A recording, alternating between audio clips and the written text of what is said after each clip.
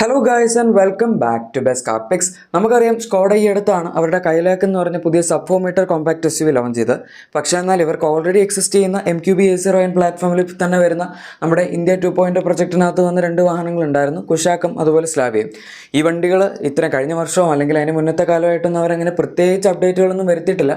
ഇപ്പം ഇതിൻ്റെ അകത്ത് 2025 ഒരു പുതിയ അപ്ഡേറ്റഡ് മോഡലായിട്ട് അവർ ഈ രണ്ട് വാഹനങ്ങളും ഇറക്കിയിട്ടുണ്ട്.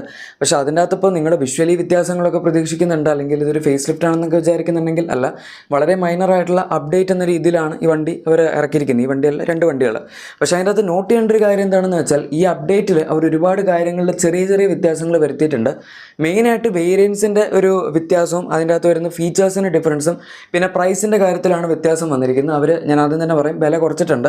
അതിപ്പോൾ കുശാക്കിലാണെങ്കിലും അതുപോലെ സ്ലാവിയയിലാണെങ്കിലും അത് എന്തോരം കുറച്ചു, അതുപോലെ ഇപ്പോൾ സ്റ്റാർട്ടിംഗ് പ്രൈസ് എത്രയാണ് തുടങ്ങിയ കാര്യങ്ങളൊക്കെ നമുക്ക് വരുന്ന വഴിക്ക് ഡീറ്റെയിൽ ആയിട്ട് തന്നെ നോക്കാം. അതിന് മുന്നേ വണ്ടിയിൽ ആസച്ച് എന്തൊക്കെയാണ് വ്യത്യാസം വന്നിരിക്കുന്നതെന്ന് നോക്കാം. നിങ്ങളിപ്പോൾ ടോപ്പ് എൻഡ് എടുക്കാനാണെങ്കിൽ അതിൻ്റെ അകത്ത് അങ്ങനെ പ്രത്യേകിച്ച് വലിയ വ്യത്യാസങ്ങളൊന്നുമില്ല. പക്ഷേ ബേസിക് വേരിയൻ്റ് എടുക്കുന്ന സമയത്ത് നമുക്കിപ്പോൾ രണ്ട് വാഹനങ്ങളിലും കണക്റ്റഡ് കാർടെക്കിൻ്റെ ഫീച്ചേഴ്സ് അവൈലബിൾ ആണ്. അത് അവർ സ്റ്റാൻഡേർഡ് ആയിട്ട് തന്നെ ഇപ്പോൾ കൊടുക്കുന്നുണ്ട്. അതുമാത്രമല്ല, നിങ്ങളിപ്പോൾ തൊട്ട് മുകളിലത്തെ വേരിയൻറ്റ്, ഇപ്പോൾ നമ്മുടെ കുശാക്ക് ആണെന്നുണ്ടെങ്കിൽ ഒണിക്സ് എന്ന് പറഞ്ഞൊരു വേരിയൻ്റ് ഉണ്ട്, അതിൻ്റെ സെക്കൻഡ് ബേസ് മോഡലായിട്ട്. അതാണിപ്പോൾ അത് വരുന്നത്. അതിനകത്ത് നമുക്ക് 16 ഇഞ്ച് അലോയ് വീൽസ് കിട്ടുന്നുണ്ട്. പക്ഷേ ഇതല്ല, മെയിനായിട്ട് വ്യത്യാസം വന്നിരിക്കുന്നത് ഈ രണ്ട് വാഹനങ്ങളുടെയും സിഗ്നേച്ചർ എന്ന് പറഞ്ഞ വേരിയൻ്റ് ആണ്. അതായത് ടെക്നിക്കലി സെക്കൻഡ് ബേസ് ആയിട്ട് പറയാം. സ്ലാവിയയുടെ ആണെങ്കിൽ അത് സെക്കൻഡ് ബേസ് ആണ്, കുശാക്കാണെങ്കിൽ തേർഡ് ബേസ്, അല്ലെങ്കിൽ നമ്മുടെ ബേസ് കഴിഞ്ഞ് പിന്നെ രണ്ട് മുകളിലേക്ക് വേരിയൻസ് പോകണമെങ്കിൽ കിട്ടുന്ന ഒരു മോഡലാണ്. പക്ഷേ എങ്ങനെയൊക്കെ നോക്കിയാലും ഒരുപാട് ടോപ്പ് എൻഡ് വേരിയൻ്റ് ഒന്നും അല്ല. സോ നമ്മുടെ ഈ സ്കോഡ നോക്കിയിരിക്കുന്നത് എന്താണെന്ന് വെച്ചാൽ മാക്സിമം ഈ ഒരു മിഡിൽ ട്രിംസ് ഒക്കെ നോക്കുന്ന ആൾക്കാർക്ക് തന്നെ ഏറ്റവും കൂടുതൽ ഫീച്ചേഴ്സ് ഓഫർ ചെയ്യുക എന്നുള്ള രീതിയിലാണ്. നമുക്ക് ഇതിന് മുന്നേ ഇതിൻ്റെ അകത്ത് അങ്ങനെ ഒരുപാട് ഫീച്ചേഴ്സ് ഇല്ലായിരുന്നു.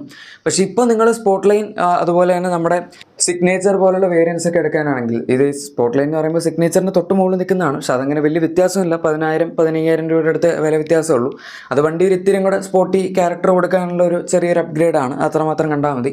ഇതിലിപ്പോൾ ആദ്യം സ്ലാവിയയുടെ കേസ് എടുക്കാനാണെങ്കിൽ നമുക്കിനി മുതൽ സിഗ്നേച്ചർ വേരിയൻറ്റിൽ ഇലക്ട്രിക് സൺറൂഫ് അവൈലബിൾ ആയിരിക്കും, റെയിൻ സെൻസിങ് വൈപ്പേഴ്സ് അവൈലബിൾ ആയിരിക്കും.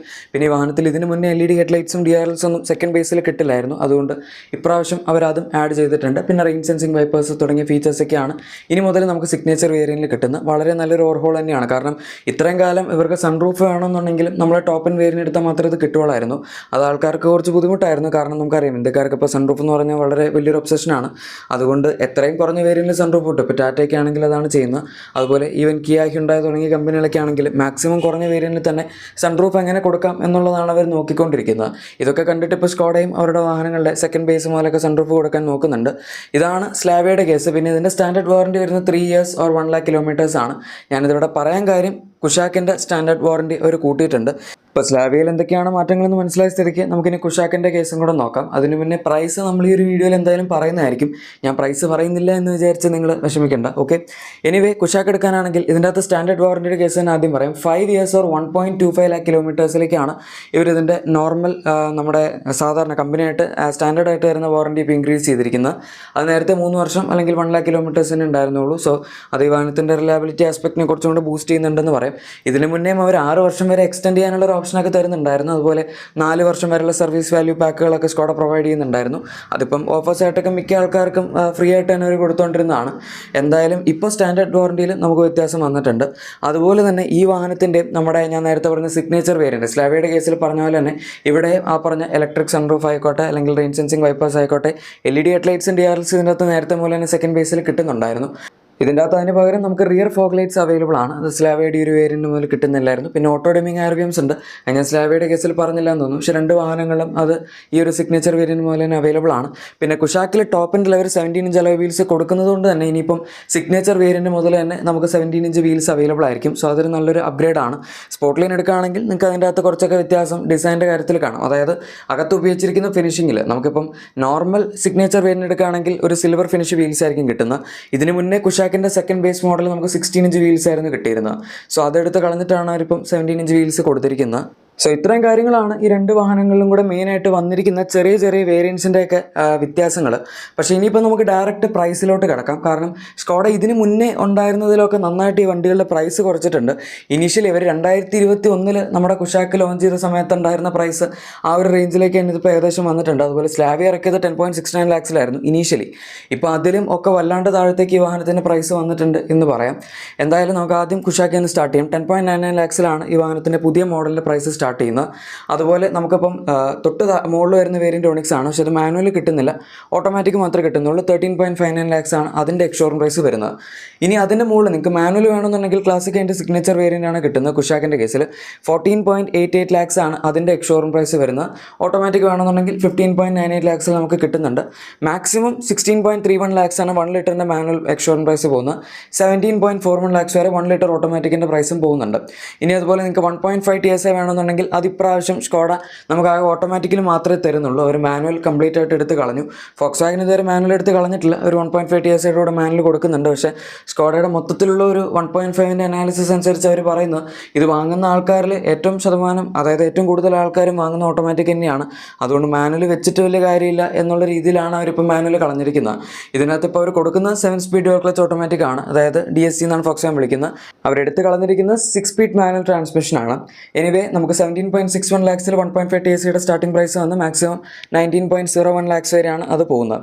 ഇനി സ്ലാവിയയുടെ കേസ് എടുക്കാനാണെങ്കിൽ 10.34 lakhsലാണ് ഇതിൻ്റെ ബേസ് മോഡൽ ഇപ്പോൾ പ്രൈസ് സ്റ്റാർട്ട് ചെയ്യുന്നത്.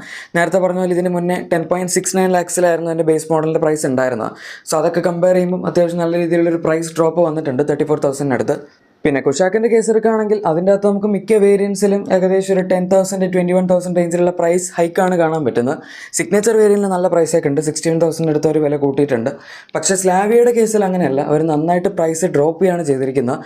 അതിൽ നമുക്ക് മാക്സിമം 35, അതായത് മിനിമം 35 തുടങ്ങി മാക്സിമം 45,000 വരെയുള്ള ഒരു പ്രൈസ് റിഡക്ഷനാണ് മിക്ക വേരിയൻസിലും കാണാൻ പറ്റുന്നത്. നേരത്തെ പറഞ്ഞാൽ ബേസ് മോഡലിൻ്റെ പ്രൈസ് കുറച്ചിട്ടുണ്ട്. ഈവൻ ടോപ്പ് മോഡലിനാണെങ്കിലും പ്രൈസ് ഏകദേശം 45,000 ആ റേഞ്ച് വെച്ച് കുറച്ചിട്ടുണ്ട്. പിന്നെ ഇത്രയും ഫീച്ചേഴ്സ് അഡീഷണൽ ആഡ് ചെയ്തിട്ട് പോലും നമ്മുടെ സിഗ്നേച്ചർ വേരിയൻ്റെ പ്രൈസും അവർ 36,000 കുറച്ചിട്ടുണ്ട്. സോ സ്ലാവിയയുടെ കേസ് എടുക്കുകയാണെങ്കിൽ ഇപ്പോൾ നമ്മൾ കുഷാക്ക് വെച്ച് കമ്പയർ ചെയ്യുമ്പോൾ അത്യാവശ്യം നല്ല രീതിയിൽ പ്രൈസ് ഡിഫറൻസ് വരുന്നുണ്ട്. നേരത്തെ അത്രയില്ലായിരുന്നു. ഷിപ്പ് എന്തായാലും നമുക്ക് ഓൾമോസ്റ്റ് 1 lakhിനടുത്ത് തന്നെ ടോപ്പ് എൻ്റെ ഒക്കെ വെച്ച് നോക്കുമ്പോൾ വില വ്യത്യാസം വരുന്നതായിട്ട് പറയും. പ്രത്യേകിച്ച് സിഗ്നേച്ചർ വേരിയൻ്റ് അങ്ങോട്ടും ഇങ്ങോട്ടും കമ്പയർ ചെയ്യുമ്പോൾ 1.2 lakhsനടുത്ത് എക്സ്ഷോറൂം പ്രൈസിൽ വ്യത്യാസം വരുന്നുണ്ട്. അങ്ങനെ സ്ലാവിയയുടെ 1 ലിറ്റർ മാനുവലിൻ്റെ പ്രൈസ് മാക്സിമം 15.54 lakhs വരെയാണ് പോകുന്നത് പ്രസ്റ്റീജ് മോഡൽ. നമുക്കിതിന് മുന്നേ പ്രസ്റ്റീജ് മോഡലൊക്കെ ഉണ്ടായിരുന്ന കുറേ ഫീച്ചേഴ്സാണ് അവരിപ്പോൾ എടുത്ത് സിഗ്നേച്ചറിലോട്ടും കൂടി ഇട്ടിരിക്കുന്നത്. സോ അതാണ് അതിൻ്റെ ഒരു പ്ലസ് പോയിന്റ് വരുന്നത്. എന്തായാലും ഓട്ടോമാറ്റിക് 14.69 സ്റ്റാർട്ട് ചെയ്ത് മാക്സിമം 16.64 വരെയാണ് പോകുന്നത്. 1.5 TSI ആണെങ്കിൽ അത് നമുക്കിവിടെ മാനുവൽ കിട്ടുന്നില്ല, ഓട്ടോമാറ്റിക് മാത്രമേ ഉള്ളൂ, അതായത് DSC മാത്രമേ ഉള്ളൂ. 16.39 സ്റ്റാർട്ട് ചെയ്ത് 18.24 lakhs വരെയാണ് അതിൻ്റെയും പ്രൈസ് പോകുന്നത്. എന്തായാലും ഗൈസ്, നിങ്ങൾക്ക് ഈ 2 വാഹനങ്ങളുടെയും ഈ പുതിയ അപ്ഡേറ്റിനെ പറ്റിയുള്ള അഭിപ്രായം എന്താണ് എന്ന് താഴെ കമൻസിൽ പറയുക. അതുപോലെ സ്ലാവിയയുടെ വില ഇത്രയും നന്നായിട്ട് അവർ കുറച്ചതിനെ പറ്റിയുള്ള നിങ്ങളുടെ ഒപ്പീനിയനും പറയുക. നിങ്ങളുടെ എക്സിസ്റ്റിംഗ് വാഹനത്തിന് എന്തെങ്കിലും ചെറിയ ആക്സസറീസോ ക്ലീനിങ് പ്രൊഡക്ട്സോ ഒക്കെ വേണമെന്നുണ്ടെങ്കിൽ ഉറപ്പായിട്ടും നമ്മുടെ ഡിസ്ക്രിപ്ഷൻ അല്ലെങ്കിൽ പ്രൊഡക്റ്റ് സ്റ്റാക്ക് ചെക്കൗട്ട് ചെയ്യുക. അവിടെ നിങ്ങൾക്ക് എല്ലാ കാര്യങ്ങളും തന്നെ ലഭിക്കുന്നതായിരിക്കും. വീഡിയോ ഇഷ്ടപ്പെട്ടെങ്കിൽ മറക്കാതെ തന്നെ നമ്മുടെ ചാനൽ സബ്സ്ക്രൈബ് ചെയ്യുക, ലൈക്ക് ചെയ്യുക, അതുപോലെ ഷെയറും കൂടെ ചെയ്തേക്കാം. മറ്റൊരു വീഡിയോയിൽ കാണാം. Thank you for watching my video and good bye.